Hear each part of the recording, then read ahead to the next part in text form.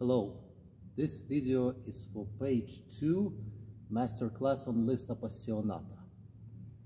We decided to do it because of the amount of views we got and subscriptions. I mean, I didn't know it's gonna be like that, So, because if it would be not enough subscriptions, we wouldn't be doing this. So, we're gonna discuss the second page of Appassionata. This is the second page. This is the most difficult page in this etude. The second one is the most difficult. The third one will be easier than this, I promise. Believe me, I know what I'm talking about. I did it 17 years, almost 18, every day, for 3 hours at least. So 3 times 365 times 17, how much is that? That's a lot of time. So this page, the second page for Appassionata,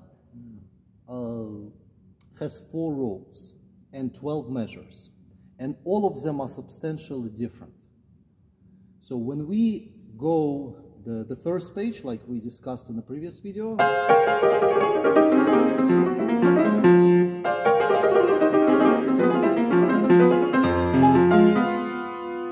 so we have twists in the left hand. We were asked to play octaves in the left hand with 5 and 2.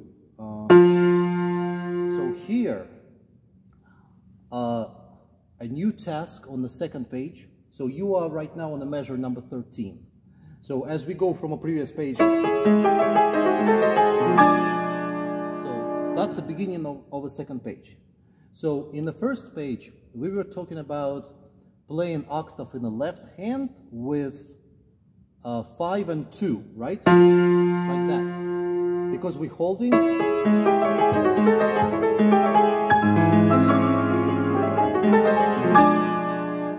Here, you ask to play octave in the right hand with first and the third. Like that. So, can you do first and third at the same time? So we have 5-1, we have 4-1, we have 3-1, and we have even 2-1. I can do it 1 and 2. So yeah. So in the measure number 15 in this page, you would need that. So we are right now on the measure number 13. What do we have here? So we are playing in F minor, you know. So in the right hand, you have double diminished quint. That's what it is. This is a double diminished quint. What do you have in the right? I mean, in the left. You have, so this is what you're looking at, this one. That's a outstretched, diminished quint sexth accord. So it's outstretched, so he does not go like that. He takes the D out into here, that's outstretched. It's diminished, and it's a quint. It's diminished quint. And it has a sexth, right here, diminished sexth. So you have all of that together. So the right hand plays the double diminished quint at the same time. It's a single solid chord. But the left plays arpeggiato. So right solid, left arpeggiato. And it's sforzando right here. Take a look. So sforzando, and we play all of that allegro agitato molto anyway. Okay? So here, we have stringendo with a left hand beginning first. And I think we have natural sexths, right? So this is a sexth, because that's going to be quint, sexth, natural.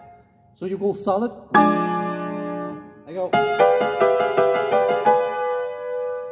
You begin with a left hand 5-2, very intense, very heavy, very hard and very loud. Well, that's the speed you're supposed to get, but I did it 20,000 times for years. So don't go fast in the beginning. So do not. So very heavy. So how to get to the speed like I do?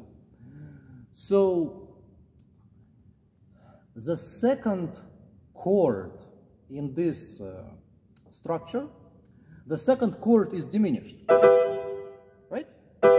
So, and he puts accent on the first chord of these particular ones. So you begin,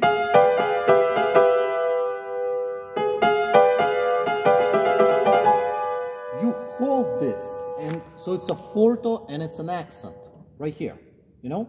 So it's you have cancellations on B and cancellation on D, but you have A as the accent. And altogether you go, but you play allegro agitato molto all the time. And you don't have pauses here. I mean, I figure out it much later. You don't have pauses here at all. I was trying to find it myself, you know? That means that from here to here, one, you have to get very fast. So you go,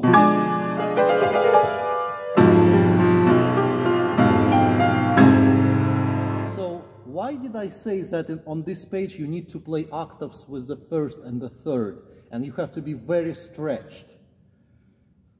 Well, because I kind of know how Liszt writes his pieces. Liszt are very different than any other composer, pretty much. He has his own way. He has his own understanding of, you know, what could be written and the science. And the F natural.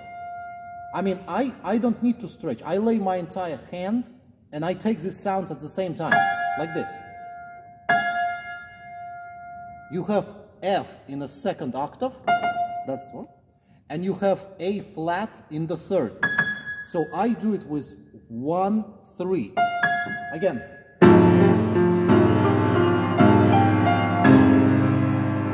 Again.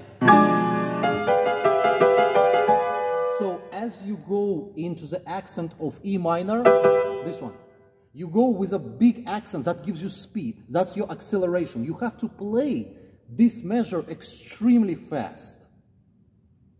We talk in 128, even though that he didn't write it, you know? So this is not like a nice serenade that, like, hey, it's a extreme acceleration and like a really bombastic accentuation. Like that. So I play it kind of really smooth and legato, as it should be. So you go, the right hand, you go 2, 3, 1. 2, 3, 1, 3, 4, 1, 3. So 3, 4, 1, 3, 4, 1, 3. That's your 3. So you go again. That is. So the measure number 15 is much difficult than the first measure. I just gave a big concert before I was recording this, you know. So measure number 15, again. So you have 1 triple.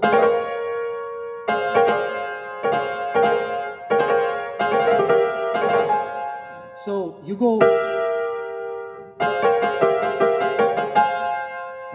1, 2, and 4 with an accent. And it's not cancellation anymore. It's a natural tonality F minor. So you go. So you go like not very heavy, not too heavy, but the bottom chording, that gives you speed. If you don't do it like this, you cannot play that fast, you know. So in the beginning,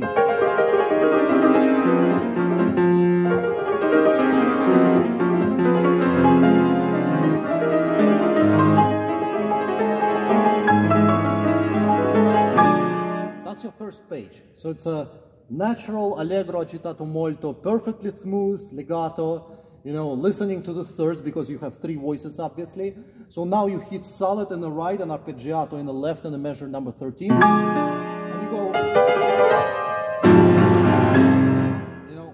So that's why it's so important to be able to play the outstretched octave together with a terz. It's an octave plus terz. That's what you have here.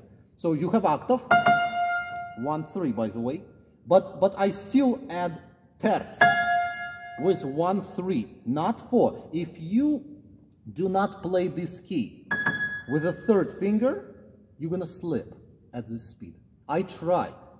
Not 4, not 5, it's gonna be 3. So you go.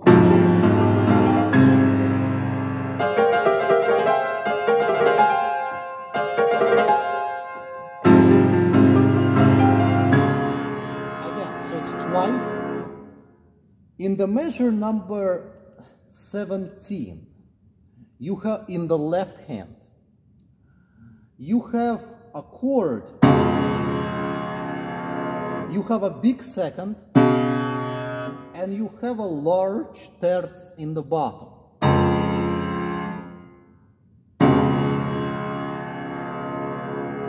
So that's the only exception because of complete physical impossibility when you can, just as a permission, play black key with a fifth finger. So unless it's physically completely impossible for anybody, it's okay to play one time with his permission Liszt as he wrote, the black key with a fifth finger, but all the time you play 4. And if you play pieces now with a fifth finger in your pieces, and you use black keys, and you play with fifth finger, you need to relearn it. Because if you begin to play it with a fourth finger, eventually, you will open yourself to new possibility, because if you use fourth, that means the fifth will be free, and whatever you have like follows, most likely the fifth will add up and be used. And you don't need to drag your fifth twice. It's already laying on the keys that follows next. So here, in the measure number 16, you have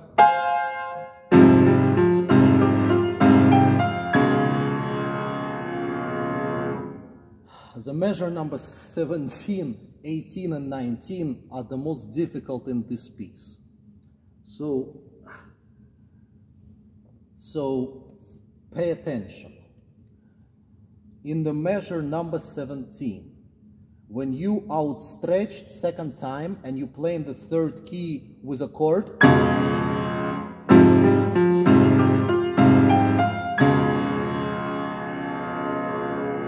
with the third finger, measure number 17 gives you a hint and kind of shows you and asks you to play 4 voices at the same time.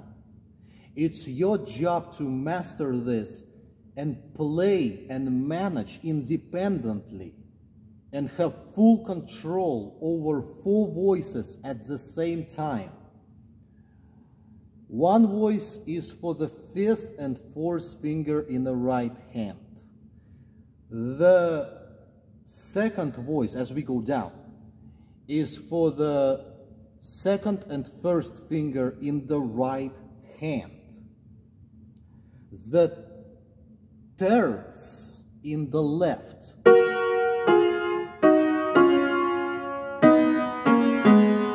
must be treated as a separate voice. The single notes following the terz in the left hand is your 4th voice. You cannot treat this as a pile of notes, one melody. It's a 4 distinguished separate voices that have pauses between them. And you have allegro, agitato, molto, and you need to worry about pauses here, you know? So it took me about 3 years to master this measure, to get my brain around it. How difficult, your eyes don't know where to look. So you do not play, you don't, in the measure number 17 and 18, you do not play these notes at the same time, none of them. You have 4 voices. You need to play measure 17 and 18 at the same time, and make sure that none of your keys play together. That is your task. So you listen to the left hand descending here. The main hand is the left one. And you play it like this.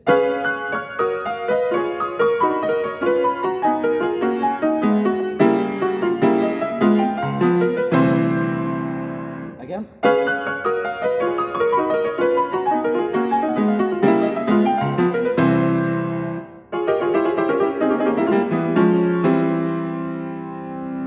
So as we get back to measure number 13,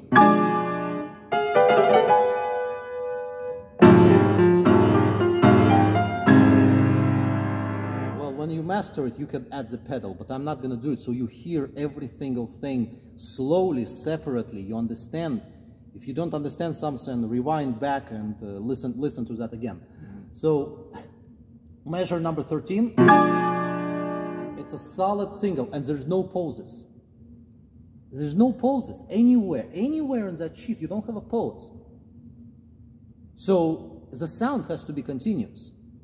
And if you are like 3 octaves away, it's your job to get back down quickly, you know? Otherwise, you're losing the tempo. So you go...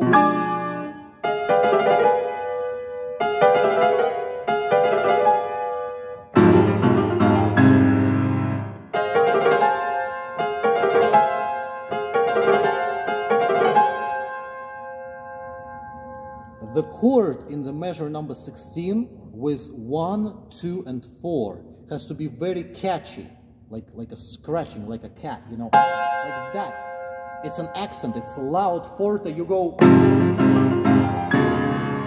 again. So as you go,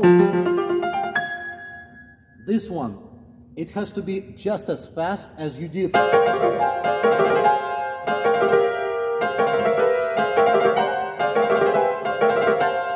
So you go, basically it's like a trill with a 3 and 4s. So, and then you go your 4 voices.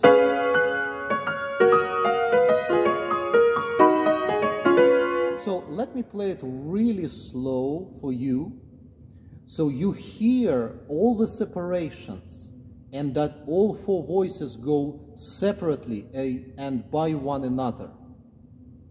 You need to hear it. So the top note here is obviously G flat, just in case. This one, that's a G flat. You write it with a pencil in case, you know, your eyes, you know, lost a little bit. And you go very slow.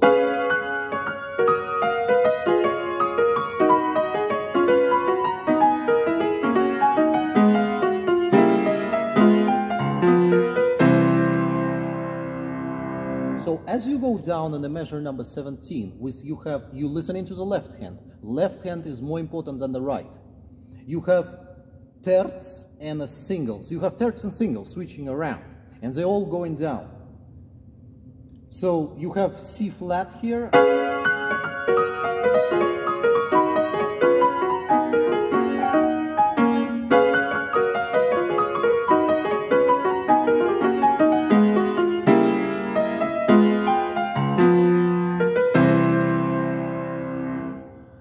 In the measure number 19, he has outwarded quint. He has an octave together with a large terts. Well, for me personally, I think it's too much a little bit. I can get it with the right hand. I do, yes, but not with the left. My professor said it's okay here to do arpeggiato one time. So yeah, so like measure number 13, it's written there. I mean, in the newer editions, it's going to show you. Measure number 13 on the left hand requires arpeggiato.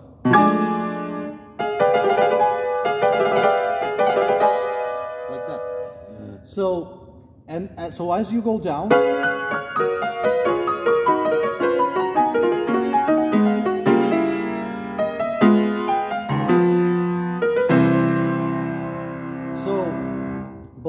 octave and at large terts only with white keys is possible. So if you do stretch, you will get there, you know. So, you know, every, you know, professional piano player usually does it. So you will stretch, so just with your nail you will get to this length, you know. I couldn't. 10 years ago I couldn't. I mean, I studied, I kept studying, and eventually I basically grew my own hands. So in the measure number 20, that's the first time on this page when he says diminuendo. But he does not say that the measure number 22 after diminuendo is supposed to be piano. So yeah, we are getting a little bit piano, but we have to stay forte anyway. Later, a couple of pages later, this will happen again, and there will be piano, like in the measure number 22. So, but not now. So you're still going down.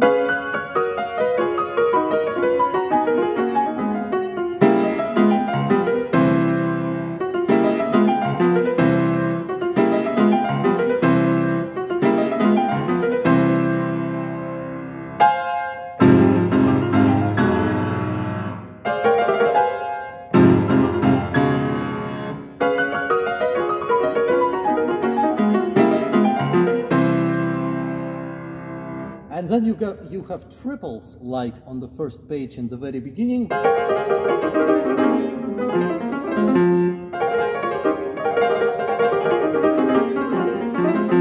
So you have,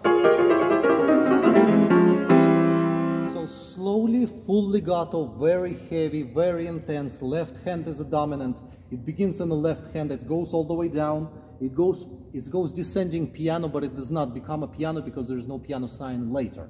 So you go down very slow and you begin with the left hand. Again.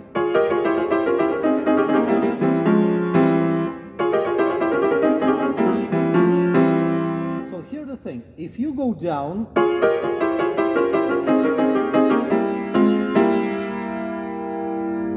look in the measure number 21.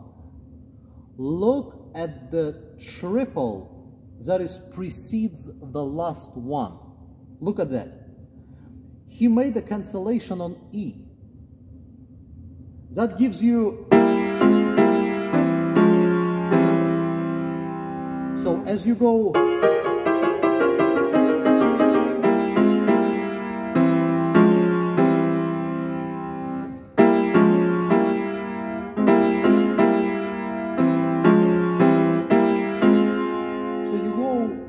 final tonic, because that's a tonic. It's a final tonic F minor natural. And then with this hand, the next chord will be C major. So you go... The left hand, pretty much everywhere here, is always the dominant, and it always goes over the right. It does go over the right. Let's go.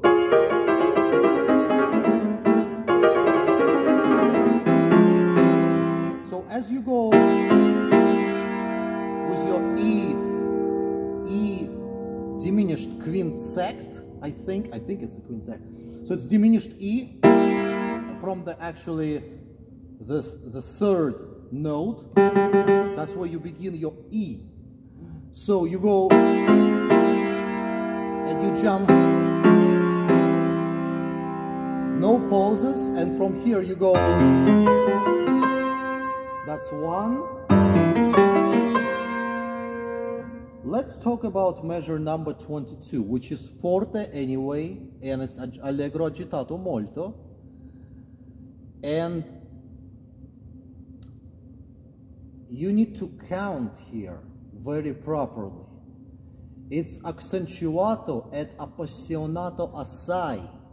That means accentuato means keep making accent on the melody in the right hand. Appassionato means passionately, and assai means very much. So it's with a lot of passion and accent in the right hand, keeping the melody. You finally have pauses here. Finally, in the measure number 22 at the bottom. That's the first time you have pauses in this piece. So while this pause lasts, you go left hand.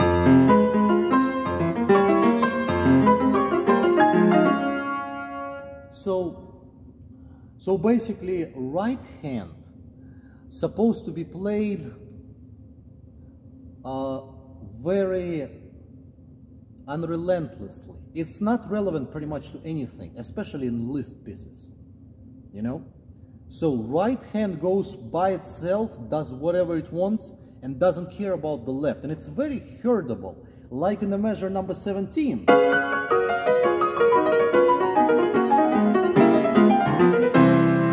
You hear that is completely irrelevant. You have 4 notes, no, you have 3 notes on 2 doubles separated as 2 voices in the left.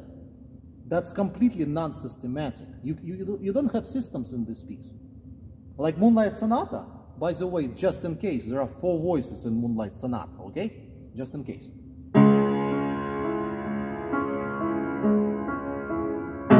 I will do masterclass on Moonlight Sonata, I promise. Because what I see on YouTube, I want to throw up when I see that. But anyway, so you have measure number 13.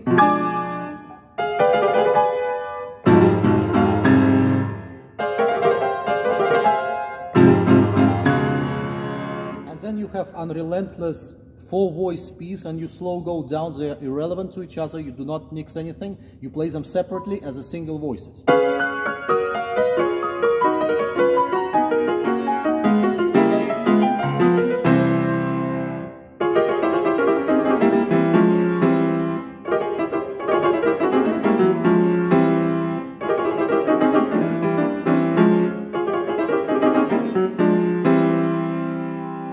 You go measure number 22, left hand alone first, it's full legato and it's forte.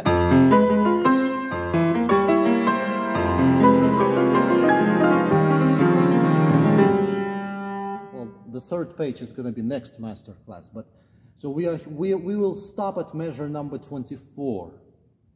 So let me slowly explain this last row.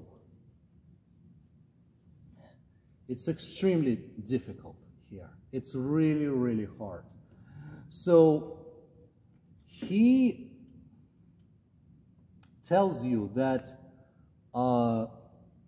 measure number 22, right hand.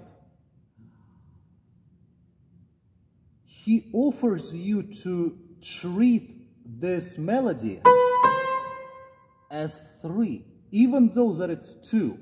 So it's 1, 2, 3, 1, 2, 3, 1, 2, 3, 1, 2, 3, 1, 2, 3, 1, 2, 3, you know? So, but the bottom goes 4 triples. So 1, 2, 3, 4. Again.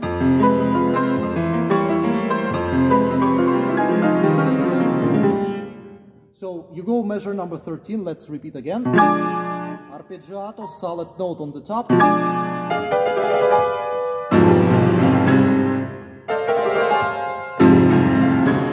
That's a normal speed with allegro agitato molto. So especially measure number 13 and measure number 15, you play 200-300 times every single day, very slow, very slow. Again. 200 times like this for this one, and 500 times for measure number 15. Make sure this one is very heavy. This is a final chord of this phrasing.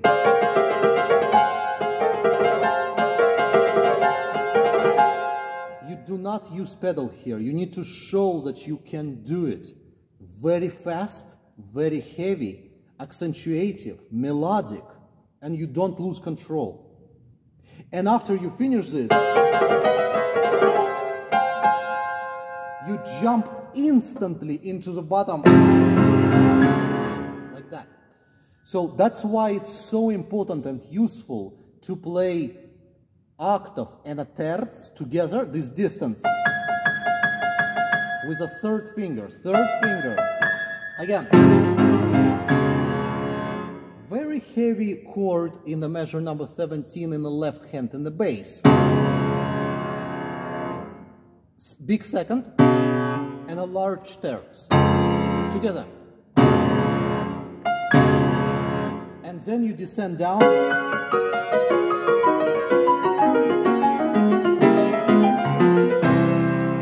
So measure number 17 and 18 and even 19, I would say, you play really heavy legato in the left hand. Keep playing really heavy legato and separate. You separate, do not play them together. So this one.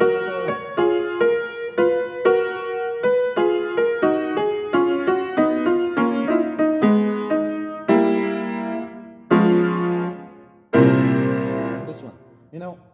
So it's a separate terz and single notes in the measure number 17, and you play them separately. You play all of that separately. So you listen. So basically, the measuring here is 4 quarters, right? 1, 2, 3, 4. So, and with allegro agitato molto, it becomes 1, 2, 3, 4, 5, 6, 7, 1, 2,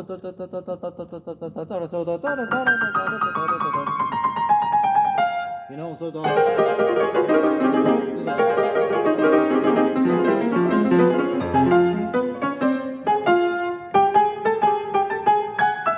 this one. So with this speed you go, so it's a forte and legato, not together, 4 separate voices. You manage.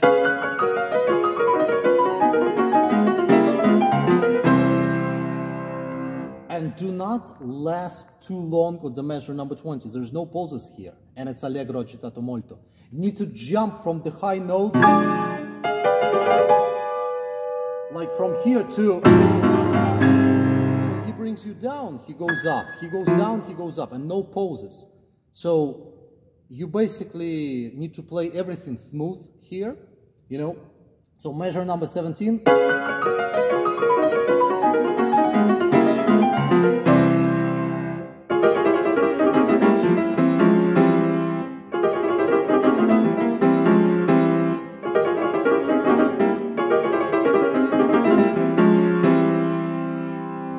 I put my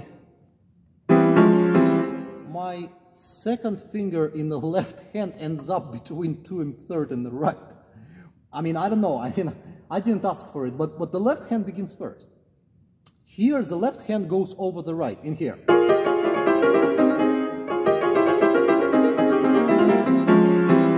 So you go very slow, very heavy. You listen to yourself and you keep counting 1, 2, 3, 1, 2, 3, 1, 2, 3.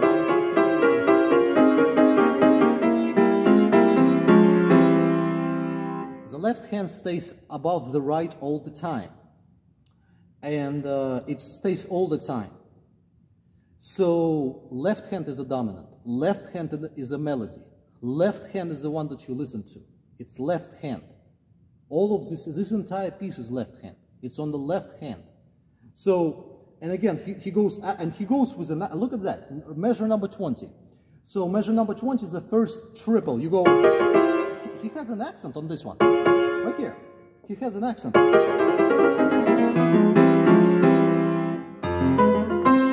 So measure number 22 goes basically as a separate phrasing. Basically, you listen to yourself. The melody is on the right hand this time, but treat it as a left anyway. So let's talk about measure number 23. First of all, he offers us to play staccato. We have to play staccato in measure number 23 in the right hand, but not in the left. So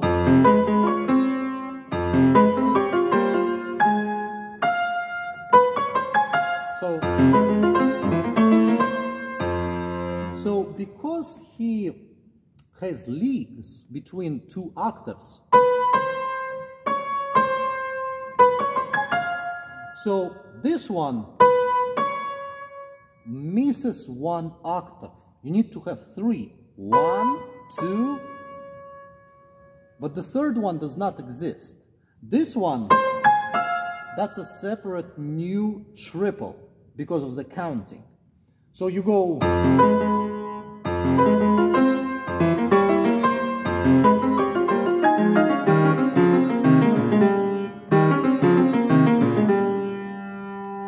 so left hand practice separately. Full legato, measure number 22. 1 phrase, 2 phrase, 3. Again. 1, 2, 3. Again.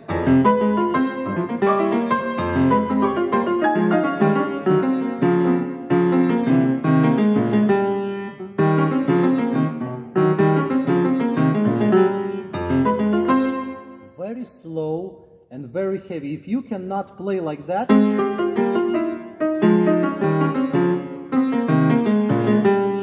so here's a bit of a hint. How to crack measure number 23 and 24. Because you need to play it smoothly, legato, very heavy, and allegro agitato molto. So usually, just for kind of future references, Liszt in any pieces always said that if the note has upper mark going up, it means right hand. But here he writes too much like this in this piece. Yes, it's a mark going up in a left hand that becomes right, but right hand is busy, you know? And they're similar, measure number 23 and 24. So you still playing left. I would like it to play with the right, but you have to go left.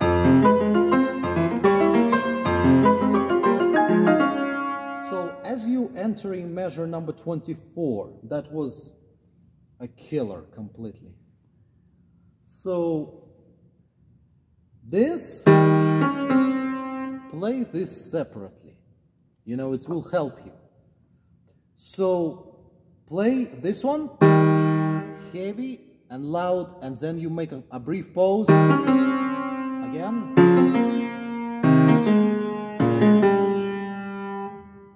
5, 3.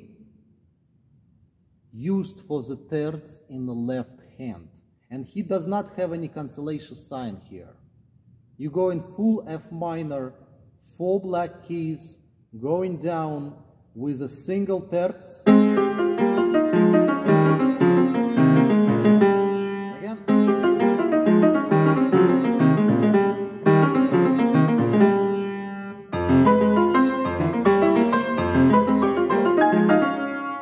So you got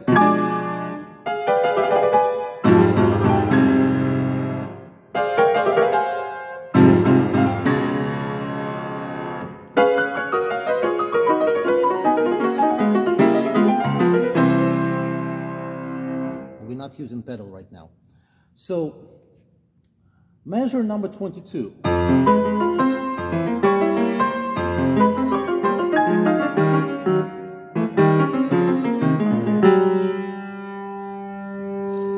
That in the measure number 24, he puts this brick. The brick means a pause for the entire measure. That's what it means. So when you play this one,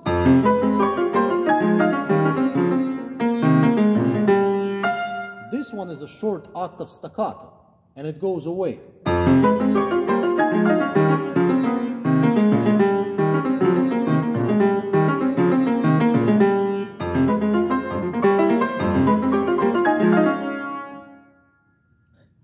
So, yeah, most people try to get away just to get through it and try to use a lot of pad, you know, to get to the next section, this one.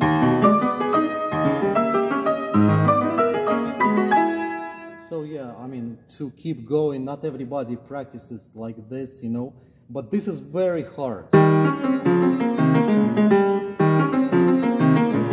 Usually, like, that's what you want to do with both hands, you know.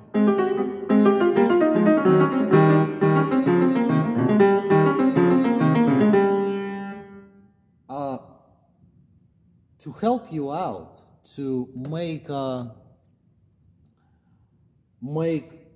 this work is basically, it's going to be really useful to you, especially if you're beginning, you never played this piece before, but you graduated from conservatory, you have a couple of piano concertos behind your back, you have 20 etudes behind your back.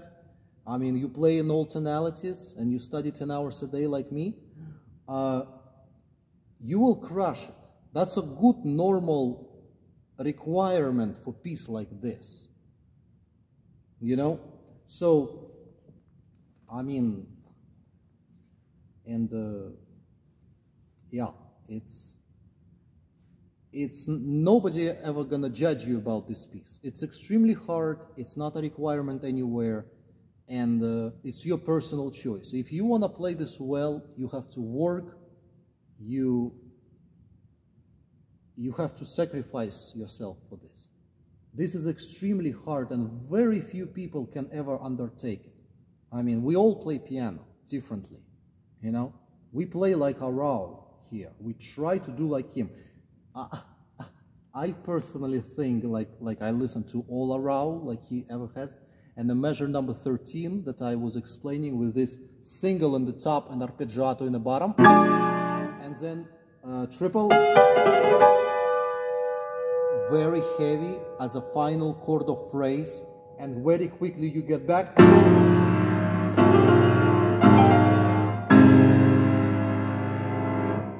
So I don't think he worked out measure number 13. I'm not happy when I hear Arau with measure number 13. No, this one.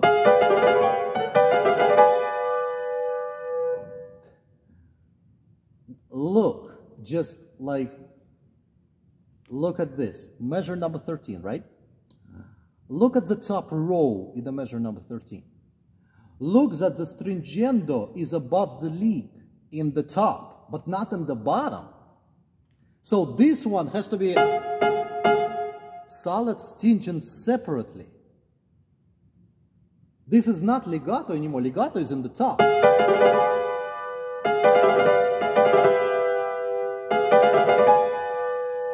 And then, so,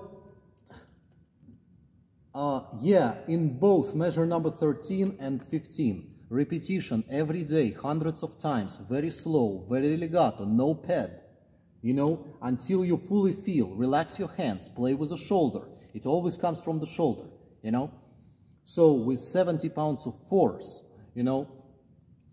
Measure number 17, you go down separately for voices, as we discussed, full legato.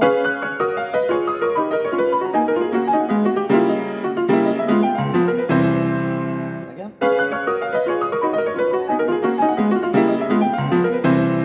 So here, what I noticed, you're in the measure number 17 and 18, like those two measures, your fifth and fourth finger in the right hand has to be very strong. Apply a lot of force. So practice trills.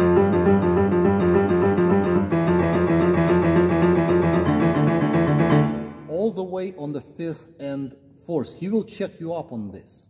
This etude is very unforgiving on fifth and fourth finger.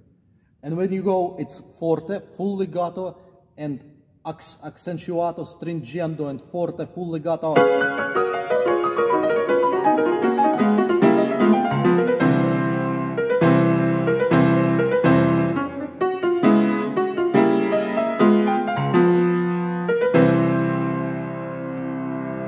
So this one, 4/5, very heavy, very intense, and very loud. The only time you go a little bit piano in this piece is in the measure number 20. But 22 to 24 goes forte all the way. So when you go 22, counting properly, you have a pause, you have 4 triples in the left, all legato, you go 1, 2, 3, 4. Again, again, again.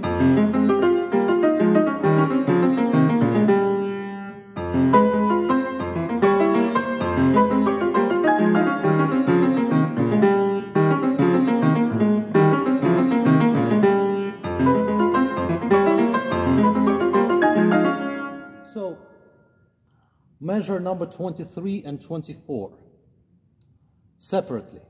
Legato. A lot of weight on the terts. Very fast, very quickly. 1, 2. Again, again, again, again, again. Again, all the way.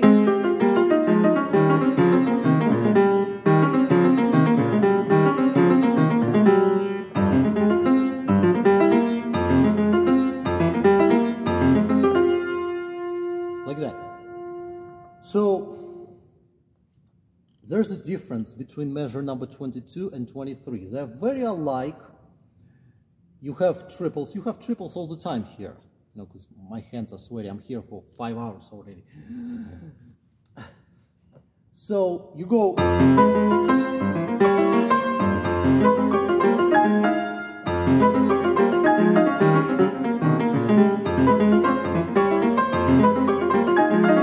So, yeah, so measure number 22, 23, 24, I mean, only like 22 to 23 is the right hand is dominant, but keep worrying about the left. I mean, yeah, this etude is left, left. Don't even worry what he wrote.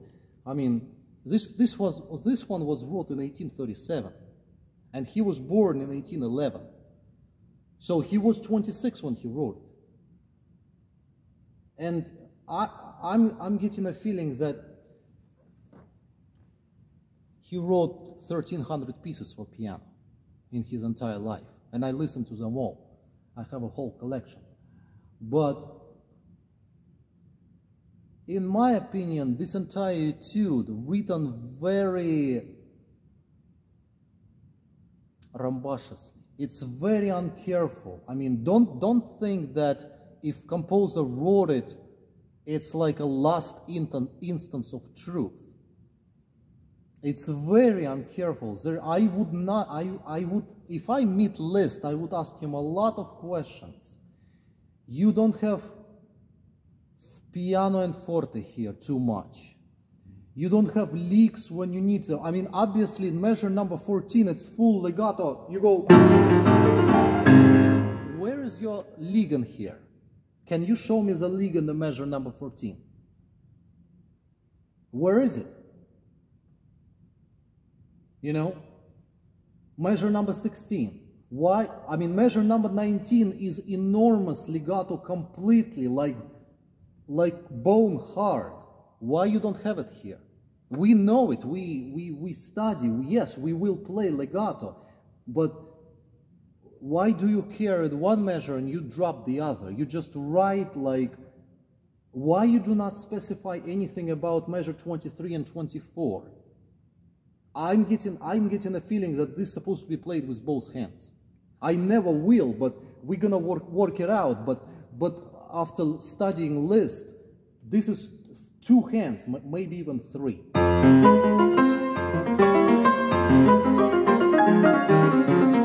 So, like that, you know, so.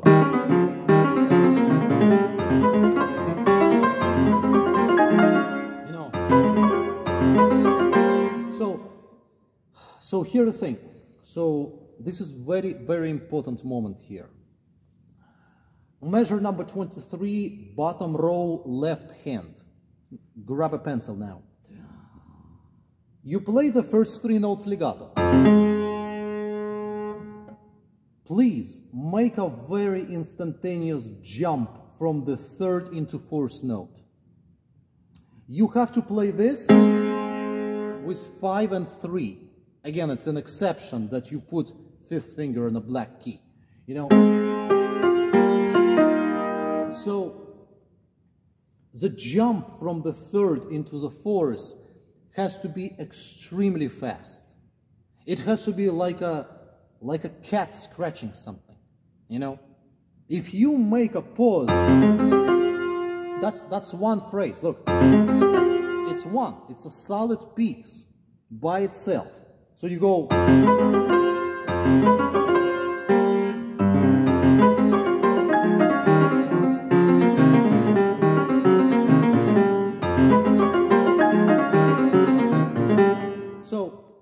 So this one, it's a solid piece. Make a very instant jump. Again.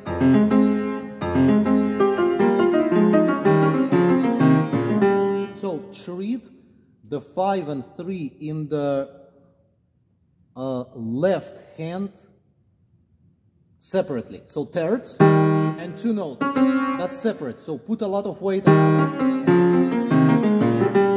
Relax your wrist and you go from the shoulder. I'm putting my entire body into this piece, you know. I play with full force and 100 pounds of weight. So you go like that, you know. So, and then you go.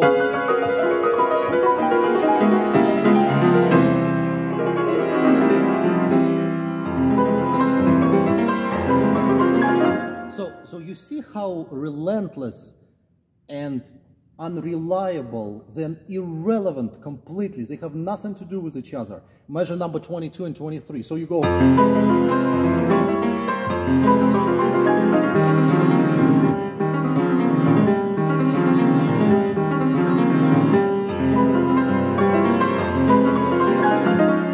You know, so you go. Again.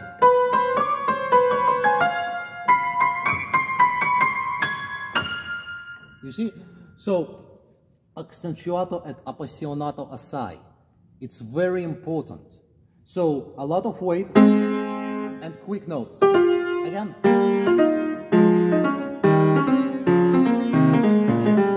Always. Again.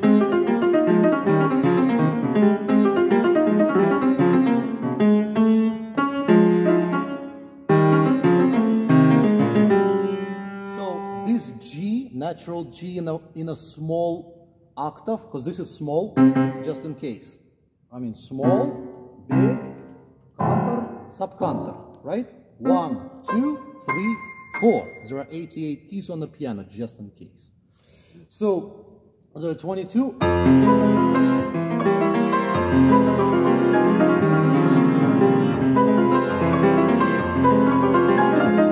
So, all together.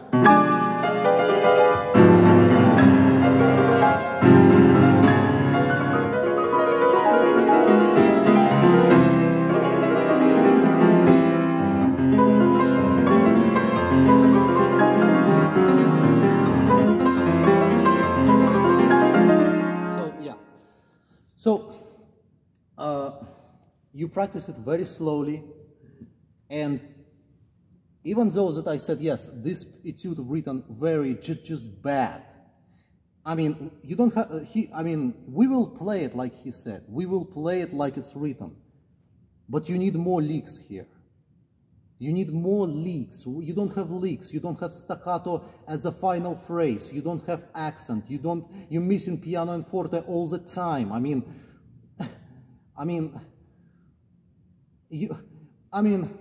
I told you that the measure number 17 and 18 is a 4 voices, 4 separate voices that you have to train and manage. They're not the same. They don't go together. You don't press keys together. He wrote it as just a pile of nonsense.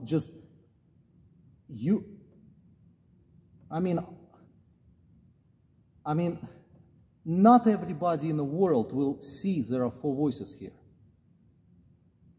Everybody treats it as 2, and it's going to be hearable. You will hear it, you know? So,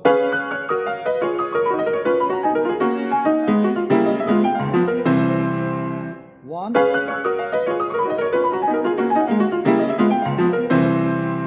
so very slow, very heavy, listening to both hands. 4, 5, 1, 2, 1, 2, 1, 2, 3, and 4, 5, 4. That's your 4 voices separately.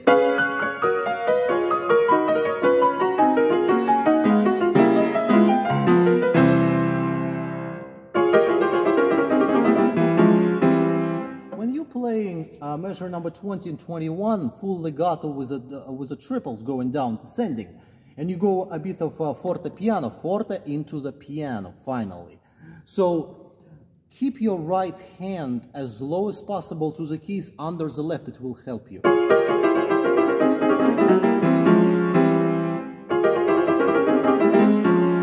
Again. Obviously, again, the end of measure number 21 and the beginning of 22, what happens is that you don't have pauses here. You never have pauses in this page at all. You don't, you know? So you need to get back. That's your phrase. So you go like that. You cannot stop. You cannot like no, it's all the same.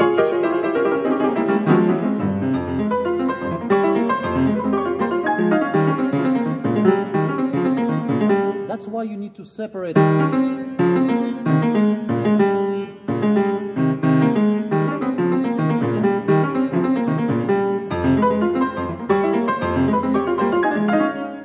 A lot of people ask me, Max, when you play piano, where do you usually look? Well, in my case, I look at the center of the upper wrist. I never look at the keys and my fingers. I don't care about my fingers. I will find the keys regardless. I can lose the score, grab a pen, grab a sheet of paper. I will draw the entire etude by myself with my hand again, and it will be perfectly correct like now. My eyes remember everything as it was written to the very last note. I can draw the entire thing 176 measures by myself. If I lose this sheet, I don't need to print. I can play this with my eyes closed in total darkness at 2 in the morning, and it will be correct. So it's inside of me. It's not what you see on camera. So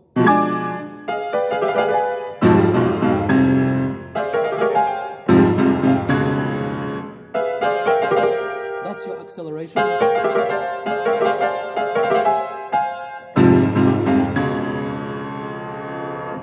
You need to hold it very hard, measure number 17, bottom row, and the chords. It's a big second with a big thirds together. All together, it's a 5, 4, 1, 2. To go. Third finger on the A. That's why. Full legato, and pretty much just do it together if you stretched enough, like that. So this page has 4 tasks. You have crossed hands here. You have a 4-voice section here. You have a full legato, maximum legato with outstretched octaves in the left hand in the measure number 19. So you practice that very slow with a lot of weight and a lot of legato. You measure number 22 to 24, separate, left hand separately. Full legato, and you go very heavy terts, light note. Again.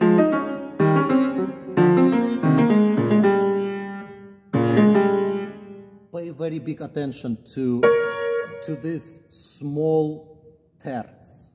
This is a small terts. That's what it is. So, but you play it with 5 and 3 again as a very last exception in the world. You know, that you're touching black keys with a 5th finger, as out of sheer necessity.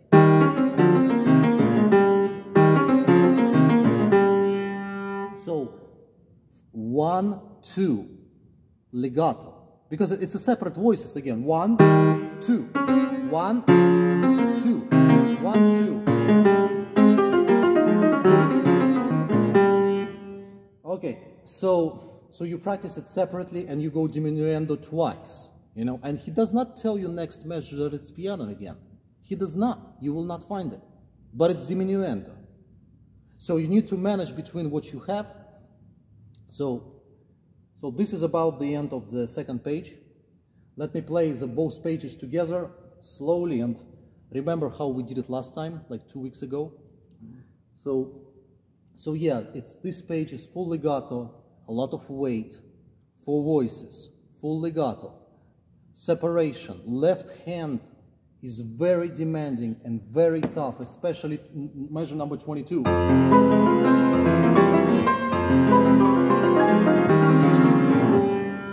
When you play measure number 23 and 24, worry about first and second finger, please.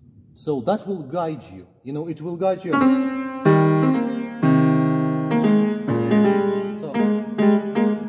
So 1, 2, 1, 2. It's gonna guide your mind to get back into terts.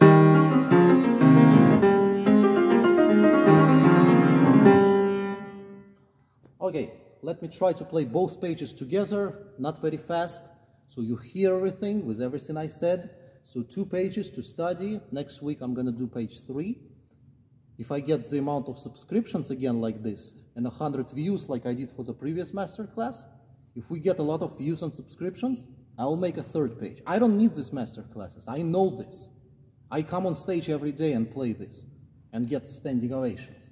You know, so, you know, I mean, but I do watch my own masterclass. I do. I mean, usually I watch what I play, because I do watch what I play. You know, I analyze and say like, no, this one I would do a little bit differently. You know, I noticed everybody likes Alkan. When I release Alkan, it's like gets views right away.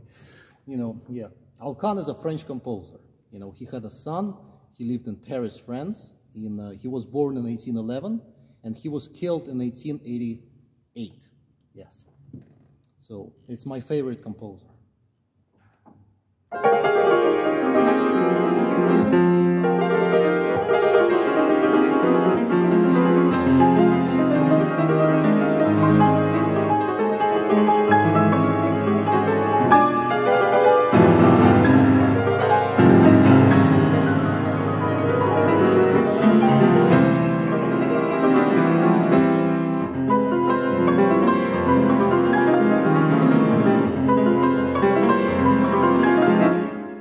Something like this.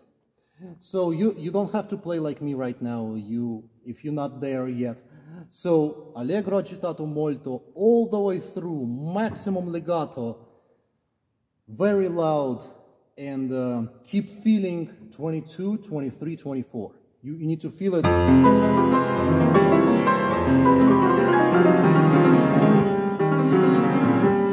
Because it is a melody. And it's going down. I mean, this is not something exceptional. There will be sections harder than that. I said the second page of this etude is the hardest, pretty much. There will be a tricky things like 3 pages later, you know. So, but you need to master it. You go solid. Yeah,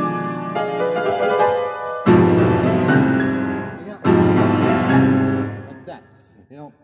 So keep studying, and we're gonna see each other next week. So, good luck, and you can post questions in the comments below. This is a very raw way, full legato, maximum weight, all the way through. It's very loud, it's very fast, it's very, very demanding. Your left hand has to be masterclass proficiency in any pieces that you play, not just this. So, I think I covered everything for these 12 measures. Next time I'll do the second page. So good luck, keep studying, and have a good day.